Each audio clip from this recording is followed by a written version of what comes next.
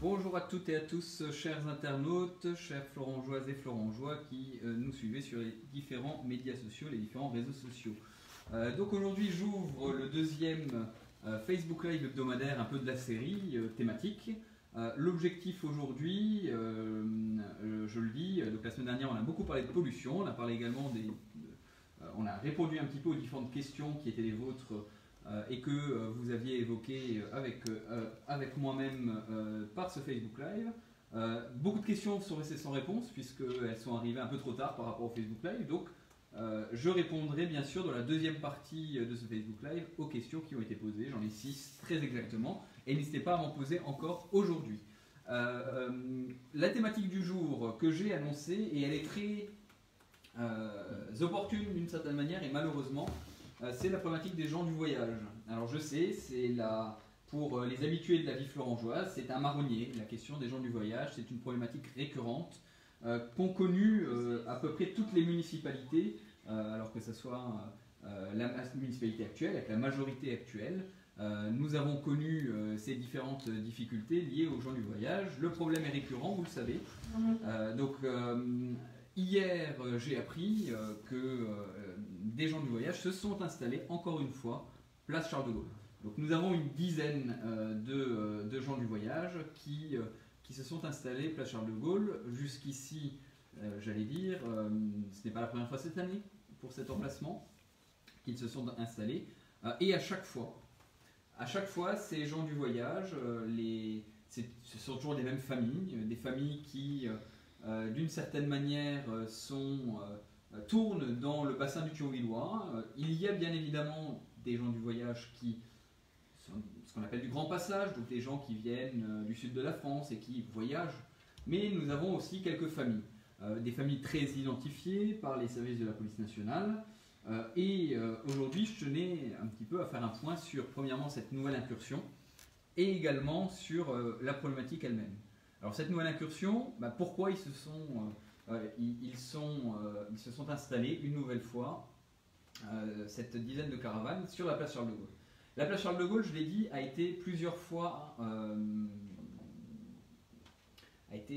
connu plusieurs installations, au cours de l'année.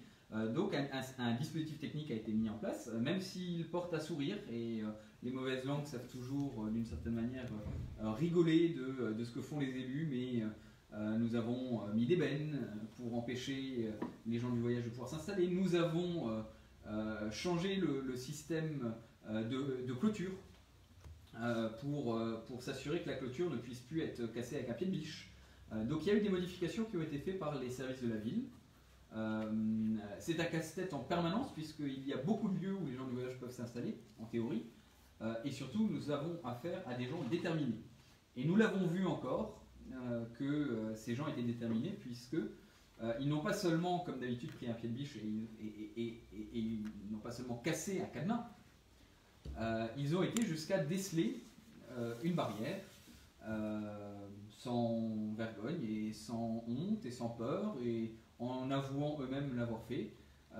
Ils ont eux-mêmes décidé d'enlever une barrière, de la déceler, de la mettre de côté et de passer avec l'ensemble de leur caravane, l'ensemble de leur bardage, de leur véhicule, par le trou qu'ils ont eux-mêmes créé dans la clôture. Donc voilà comment voilà où nous en sommes pour cette nouvelle incursion. Jusqu'ici, rien de nouveau, puisque certains le savent, les gens du voyage, depuis 2 ans, en tout cas depuis que je suis là, ont connu des installations à la passerelle, à chaque fois en cassant la barrière, en trouvant le moyen d'enlever un poteau, et se connectent toujours aux électricités sur le domaine public. Donc tout cela n'est pas nouveau. Là, je fais le constat, bien évidemment, que vous faites tous le constat de cette récurrence. Une récurrence, je tiens à le dire, qui pour tout le monde est assez insupportable. Aujourd'hui, et c'est un peu l'objet du Facebook Live, et je m'habitue, excusez-moi pour ceux qui ont l'habitude de me regarder, hein, je m'habitue un peu au coup de gueule, et là, ça en est encore un coup de gueule. Puisque je voulais vous expliquer un peu les moyens d'action qui sont les nôtres. quand nous avons une incursion de ce type-là, il n'y a que deux solutions en fait légales qui se présentent à la collectivité. La première des solutions, c'est de demander à la force publique, au préfet, au sous-préfet, d'intervenir et d'envoyer les forces de l'ordre pour enlever le campement et mettre à la fourrière l'ensemble des véhicules qui sont installés sur une place publique. L'autre possibilité qui s'offre à la commune, c'est de faire un recours devant la justice. Un recours devant la justice qui doit être tranché entre 15 jours, 3 semaines, peut-être un mois. Même si on peut faire un référé pour aller un peu plus vite en tant que propriétaire. Et c'est à la justice de décider du départ des gens du voyage et non pas à la force publique. Le maire, là-dedans, aussi maire que je le suis, n'a pas forcément de capacité à décider de l'intervention des forces de l'ordre. Car malheureusement, notre police municipale a un pouvoir de constatation. On peut constater l'infraction, on peut verbaliser une infraction, mais après, nous n'avons pas de capacité, de possibilité d'envoyer la police et d'envoyer la fourrière parce que nous sommes dans un état de droit et l'état de droit impose qu'une décision judiciaire doive être décidée pour pouvoir dégager des installations illégales. Voilà pour la capacité légale. Alors après, il y a une capacité d'anticipation. Et c'est toujours la difficulté de la plupart des maires aujourd'hui, c'est mais pourquoi vous ne faites rien pour empêcher les gens du voyage de s'implanter? Donc cela implique une mobilisation intellectuelle et une mobilisation des services de tous les instants. Et je le dis, la difficulté réside bien évidemment dans le fait que les services communaux ont bien d'autres objectifs dans la commune pour faire fonctionner le service public que de réfléchir est-ce que tel ou tel parking peut être utilisé par les gens du voyage, tel ou tel espace vert peut-il devenir un camping municipal. Voilà, c'est des questions aujourd'hui qui deviennent récurrentes, de plus en plus récurrentes, et nous en venons aujourd'hui à devoir clôturer à peu près tous les espaces qui sont attenants à la commune. Donc, on ne peut pas dire qu'on n'agit pas. Aujourd'hui, il y a des investissements importants qui ont été effectués. Il suffit de regarder la passerelle. La passerelle, j'ai eu la malheureuse expérience, depuis le début de mon mandat, d'être le maire qui a subi les installations des gens du voyage à la passerelle. Alors je le dis, ça n'a pas été une partie de plaisir, je comprends bien que les habitants eux-mêmes, pour eux, c'est encore plus difficile, bien évidemment. Et je comprends également que pour les services techniques qui ont à débarrasser ou à nettoyer les lieux, là encore, après le passage des gens du voyage, c'est encore plus compliqué. Mais je tenais à le dire, aujourd'hui, c'est un sujet pour nous, et il suffit de regarder les investissements qui ont été faits. Nous avons dû vallonner le complexe de la passerelle, nous avons dû clôturer également une partie de l'espace, et en 2 ans, il y a pas loin de 10 000 euros, 10 à 15 000 euros qui ont été dépensés pour s'assurer que le parc de la passerelle ne soit plus envahi. Ce que je veux dire aujourd'hui aux différents administrés, aux florangeoises et florangeoises qui m'écoutent, qui me font le plaisir de m'écouter, c'est que sur la problématique des gens du voyage, les armes de la commune sont bien faibles. Et il suffit de regarder mes collègues un peu partout en France qui ont une véritable difficulté à agir comme nous à Florange. Donc, il n'y a pas de solution miracle. On peut empêcher, mais on le voit également dans d'autres communes. Il existe des communes où les gens du voyage sont violents avec les élus, avec la police municipale. Il y a des communes où les gens du voyage se permettent d'arriver avec du matériel loué pour dégager d'une certaine manière les obstacles qui sont en phase 2. Ils peuvent arracher des haies, ils peuvent arracher, on l'a bien vu encore hier, des barrières.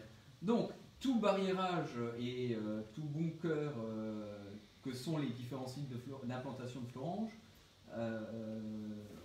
nous n'aurons pas d'assurance permanente d'une non-implantation des gens du voyage. Mais il faut avoir conscience des budgets, des investissements réalisés par la municipalité actuelle, par les autres municipalités pour fermer. Prenez-en conscience, ce sont des budgets importants qui se chiffrent en plusieurs dizaines de millions d'euros, dizaines de milliers d'euros depuis 5 ans. Voilà pour ce que la commune peut faire. Après, je le dis aussi de manière générale, à chaque fois que les gens du voyage s'implantent, les deux procédures que j'ai évoquées préalablement sont en permanence engagées, le plus vite possible, le plus tôt possible. Nous harcelons les services de la préfecture, qui a la responsabilité de la chose. Mais vous comprenez que les services de l'État, parfois, ont d'autres préoccupations, et donc nos dossiers sont parfois mis de côté, on est obligé de les rappeler. Donc voilà, donc une procédure qui devrait durer 2 semaines peut parfois durer 1 mois et demi, et on est obligé en permanence de rappeler toutes les semaines le préfet, le sous-préfet, le commissaire pour s'assurer que chacun effectue, que chacun fasse un peu son travail à l'égard des gens du voyage et réponde au mieux aux populations. Donc c'est votre rôle de nous solliciter, nous élus, et notre rôle à nous élus de solliciter les services de l'État pour que ça se fasse au plus vite. Et en attendant, on le sait tous, qui subit les nuisances, et c'est les citoyens. Donc cela m'amène un peu vers le but de ce Facebook Live thématique, c'est l'inconsistance de ce système. Vous devez le savoir, aujourd'hui il y a un schéma départemental qui est la base légale sur laquelle se fonde l'État. Le schéma départemental d'accueil des gens du voyage, et je vais être très rapide là-dessus, impose 3 choses aux collectivités. Premièrement, la mise en place d'une coordination départementale en vue d'aboutir à la réalisation complète d'un schéma concernant la création d'aires d'accueil et de grands passages. Et ensuite, la mise en œuvre d'une réelle politique de sédentarisation des gens du voyage. Tout cela doit se faire aux frais du contribuable et des collectivités. Ayant en tête, par exemple, que ne serait-ce que sur la question des aires d'accueil, aujourd'hui, l'ensemble des aires d'accueil sur le Thionvillois, c'est-à-dire au Val de Fensch, ainsi que au niveau du Thionvillois, pour ces 2 collectivités, l'ensemble des aires, 3 aires, ont été saccagées. Vous vous en souvenez peut-être, il y avait eu un véritable saccage des aires d'accueil. Une autre problématique, c'est que comme ces aires sont saccagées, l'État revient vers nous en nous disant que tant que ces aires ne sont pas remises en état, la puissance publique n'interviendra plus. Et donc on se retrouve dans une situation où des aires saccagées, qui ont coûté beaucoup d'argent, sont rénovées, le jour de leur inauguration sont saccagées à nouveau. Et ça c'est la position actuelle de la communauté d'agglomération du Val de Fensch, où on se retrouve avec une aire à Nilvange, dans laquelle il n'y a plus rien d'accessible pour les gens du voyage. Trivialement, il n'y a plus que les murs. Il n'y a plus que les murs sur cette aire. Et aujourd'hui, le débat se pose. Que doit-on faire? Doit-on réinvestir 300 000 euros, parce que c'est à peu près le coût d'investissement d'une aire de cette taille-là? Doit-on réinvestir 300 000 euros pour respecter le schéma départemental? Tous les élus se posent les mêmes questions. Les élus du Val de Fensch comme les élus du Thionvillois. En moyenne, les aires coûtent entre 300 000 euros pour le Val de Fensch, 800 000 euros pour le Thionvillois. Voilà, un débat pour lequel ma position est claire. Ma position, je l'affirme et je l'ai affirmée aujourd'hui au Val de Fensch. En tout cas, je continuerai à l'affirmer au moment des débats publics. c'est que pour moi, aujourd'hui en tant que maire, il me semble... nous arrivons au bout d'un processus. Ce schéma départemental d'accueil des gens du voyage ne fonctionne pas. C'est une impasse. Nous avons dépensé beaucoup d'argent là-dedans, nous les collectivités, et il me semble compromis de continuer à mettre de l'argent au vu des saccages qui sont permanents en la matière. Donc aujourd'hui, il me semble nécessaire de changer ce dispositif, ce schéma départemental, et il me semble aujourd'hui que les élus doivent s'emparer de la question, ne pas avoir peur, parce qu'il y a beaucoup d'élus, beaucoup de maires qui n'osent pas se poser cette question du schéma départemental, parce que la loi est la loi. Et je pense qu'aujourd'hui, on a entamé un nouveau cycle, c'est un cycle de lobbying à l'égard des députés. Parce que vous devez le savoir, c'est la loi qui nous l'impose. Et la loi, à mon avis, doit changer à ce niveau-là. Moi, j'appelle vraiment, et je le dirai par un petit courrier que j'enverrai à tous mes collègues en cours d'année, j'appelle vraiment mes collègues à me soutenir dans cette initiative et à ne pas voter pour la réfection de cette aire et aux réfections des nouvelles aires, à faire un peu de lobbying auprès de nos députés, auprès de nos instances intercommunautaires. Voilà pour la problématique des gens du voyage, mesdames, messieurs. Il est donc 17h46, le timing est respecté, pile poil, et donc je vais passer maintenant aux différentes questions qui sont les vôtres. Alors je vais déjà répondre à 5 questions et permettez-moi, je vais prendre mon portable et je vais regarder les questions qui ont été posées en ligne. Alors je réponds d'abord aux questions qui ont été posées la semaine dernière lors du dernier Facebook Live et qui faisaient suite à la problématique de la pollution et à mon développement sur la question de la pollution à Florange. Donc j'ai notamment un certain Clément qui m'a posé plein de questions. Il m'a posé notamment 3 questions sur la pollution. Notamment sur la réglementation, puisque j'avais évoqué, vous devez vous en souvenir, la semaine dernière, la problématique de la réglementation qui a changé et qui s'impose à ArcelorMittal en termes de pollution de l'air. Je l'avais dit la semaine dernière, ArcelorMittal en fait a un taux de pollution fixe. D'année en année, on retrouve à peu près sur une moyenne lissée annuelle le même niveau de pollution dans l'air. Alors parfois il y a des jours où on dépasse... Il y a des jours où il y a des pollutions plus importantes, des jours où il y en a des pollutions moins importantes ou pas de pollution du tout. Et tout ça fait une moyenne qui, d'année en année, est à peu près proche pour la ville de Florange. Et Clément me demande, me pose la question de savoir pourquoi le fait que la pollution... pourquoi le fait que la réglementation est baissée et donc ArcelorMittal ne respecte plus la réglementation, ne nous amène pas à avoir des actions à l'égard d'Arcelor. Je le dis, on a des actions par l'intermédiaire, ce que je disais la semaine dernière, d'un comité de suivi du site, où on met en demeure Arcelor de respecter ses obligations en matière de transparence et en matière de pollution.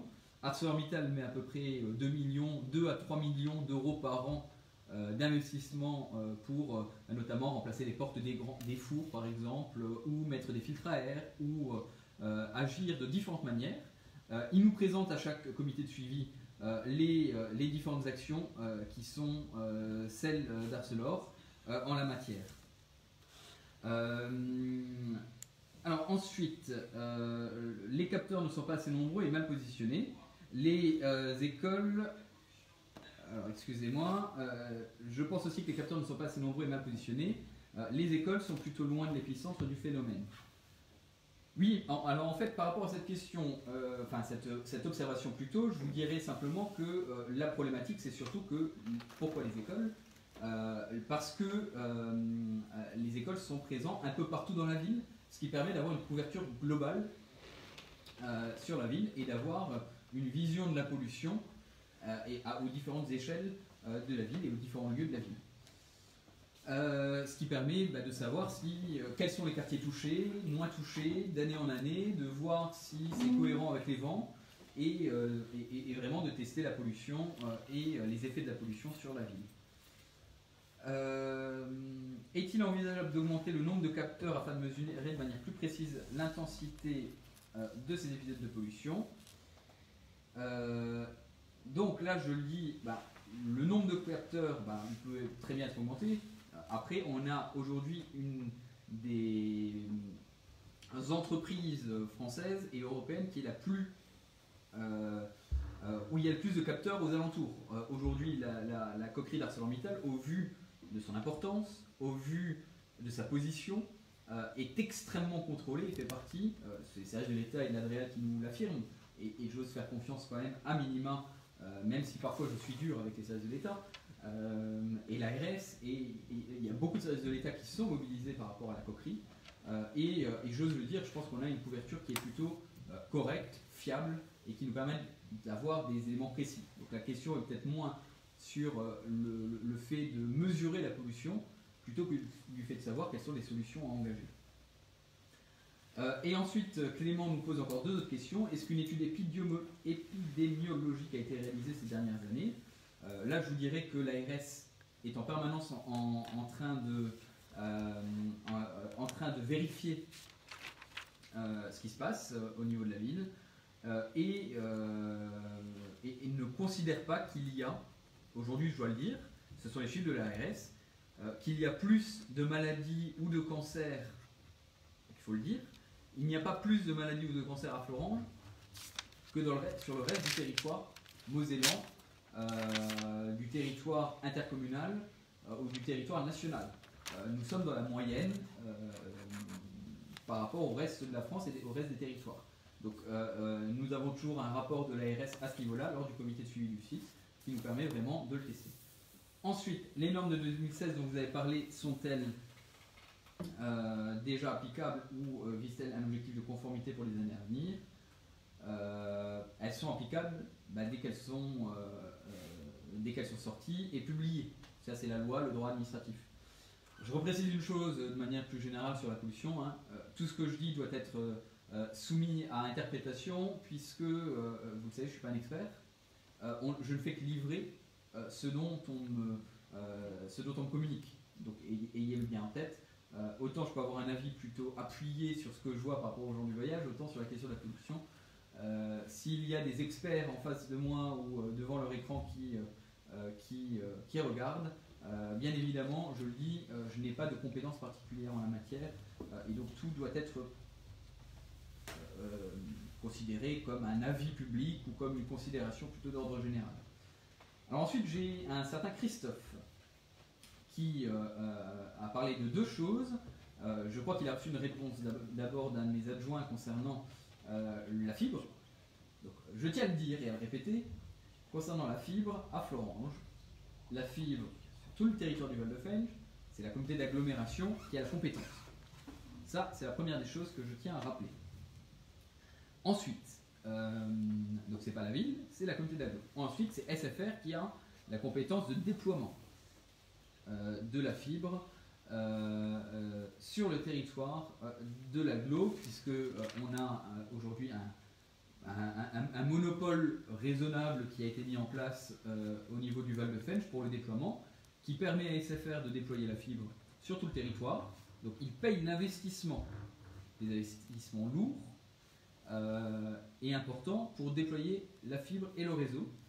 Et en échange, ils ont forcément un monopole de réseau, sous réserve que les autres prestataires acceptent de louer leur réseau. Et aujourd'hui, aucun prestataire, à part, me semble-t-il, La Poste et Bouygues Télécom, n'ont accepté de louer le réseau qu'SFR déploie sur Val-de-Fenj. D'où la question du monopole. Sur le lotissement du triangle, comme dans tous les autres lotissements, je le dis, il y a eu beaucoup de retard. Il y a eu beaucoup de retard dans le déploiement de la fibre parce que on s'est retrouvé dans une situation où cette question du monopole a mené à un contentieux devant le tribunal administratif où le Val-de-Fenj a d'abord perdu en première instance, puis gagné en deuxième instance, et le temps du procès, le prestataire KSFR a arrêté des travaux. Et donc on s'est retrouvé pendant à peu près 6 mois. Nous avons eu 6 mois où les travaux n'ont pas continué. Donc on se retrouve maintenant dans une situation où les travaux ont recommencé depuis à peu près mai-juin, et les quartiers sont à peu près livrés. Normalement, tous les lotissements sont aujourd'hui livrés en fibre. Et parfois, on a une dernière problématique qui prend beaucoup de mois, beaucoup de semaines. C'est des problématiques internes chez SFR, où entre le moment où leur service service travaux fait les travaux, exécute les travaux, leur prestataire exécute les travaux, et le moment où le référencement de telle ou telle rue est engagé dans leur base de données, et bien, il peut se passer plusieurs semaines, de longues semaines, où leurs propres services ne sont pas au courant que les travaux ont été effectués. Et donc on se bat avec les soucis internes de SFR. Ça n'empêche pas de la qualité du réseau, même si ce n'est pas de la vraie fibre, puisqu'on c'est du THD, donc du fibre jusqu'au bout de la rue, et après le reste est en ADSL, mais ça n'empêche que ça décuple quand même le débit, ce qui est important et ce qui est déjà bien. Alors, un certain Florian qui revient, j'aurais dû recommencer par là, Florian qui reparle de la pollution, des analyses de l'eau doivent être faites indépendantes avec de la société, des prélèvements qui ont été faits à chaque pollution, constatés pour connaître les réelles sources. Oui, des prélèvements sont faits en permanence par les services de la communauté d'agglomération du Val-de-Felge qui nous les communiquent, et ce qui nous permet de porter plainte ensuite. Voilà pour les différentes questions que j'ai pu avoir. Je vais me permettre de regarder s'il y a des questions. Pour le moment, je ne vois pas de questions qui m'ont été posées. Donc n'hésitez pas, s'il y a des questions aujourd'hui, à me les poser sur les gens du voyage, sur la pollution, sur la ville en général. Je suis ouvert et je suis à votre disposition. J'en profite peut-être pour évoquer une situation qui est, comment on va dire ça, une situation qui me réjouit à Florange avec, vous devez savoir que la ville de Florange a eu un résultat dans une bonne nouvelle à annoncer et que j'ai eu l'occasion de partager sur les réseaux sociaux moi-même. Ayant en tête que la ville de Florange, depuis des années, travaille en matière de fleurissement. Et vous le savez, c'est un long travail qui implique de longues et laborieuses heures d'un service espace vert qui est bien composé avec beaucoup d'agents. Et aujourd'hui, nous avons une récompense de la part d'une institution qui est le jury des villes et villages fleuris, qui récompense 3 années acharnées de travail de la part des services techniques en général. Je le précise, bien évidemment, il y a le service des espaces verts qui a fait un travail que tout le monde a pu constater, avec une progression énorme sur 2 ans. Je le dis et je l'ai noté. Donc, bien sûr, le service des espaces verts doit être félicité pour le travail qui a été fait. Le service voirie pour ce qui a été fait également au niveau de la propreté, puisqu'on a eu... alors, il y a encore des quartiers, là maintenant ça a repoussé, mais il y a eu un travail qui a été effectué de réorganisation qui s'est vu dans les quartiers cette année. Et donc, je suis content de dire que du côté de la voirie également, on a eu un vrai travail et une vraie amélioration sur la propreté. Et bien évidemment, tous les autres services de la commune qui ont beaucoup travaillé, que ce soit le menuisier, que ce soit le ferronnier, que ce soit les aménagements urbains spécifiques qui ont pu être posés ici et là. Il y a eu le service bâtiment qui a travaillé sur la peinture, également sur les différents mobiliers urbains. Il y a beaucoup de choses, effectivement. Il y a beaucoup de choses, beaucoup de services qui ont travaillé à l'embellissement de la ville et qui doivent être récompensés. C'est un véritable travail collectif. Sachez-le, c'est aussi un peu, et je tiens à le dire, grâce au travail de vos élus qui ont libéré de l'argent, et il faut le noter, on a fait en sorte que les services espaces verts puissent avoir 3 saisons de fleurissement, ce qui ne se faisait plus à Florange depuis un petit moment. On a fait des choix, presque 40 000 € depuis 2 ans, 40 000 € par an, pour refaire différents massifs fleuris. c'est des travaux importants qui ne se font pas toujours dans beaucoup de collectivités et qui parfois ne se font qu'une fois tous les 10 ans. Et donc là, ça fait 2 années qu'on a ces travaux importants. Donc c'est un travail qui me rend fier. C'est une vraie fierté aujourd'hui de pouvoir féliciter tous les services, les élus également, puisqu'on a reçu la deuxième fleur au jury des villes et villages fleuris. Et donc on a eu la notification il y a quelques jours. C'est tout neuf, c'est tout frais. On aura l'occasion de recevoir les petits panneaux dans quelques semaines ou quelques mois qui vont nous permettre d'afficher cette réussite. Donc c'est un travail collectif. Comme il n'y a pas d'autres questions, je finis ce Facebook Live. Je remercie à toutes les personnes florengeoises et florengeois qui nous ont suivis en direct. Et je vous dis à la semaine prochaine.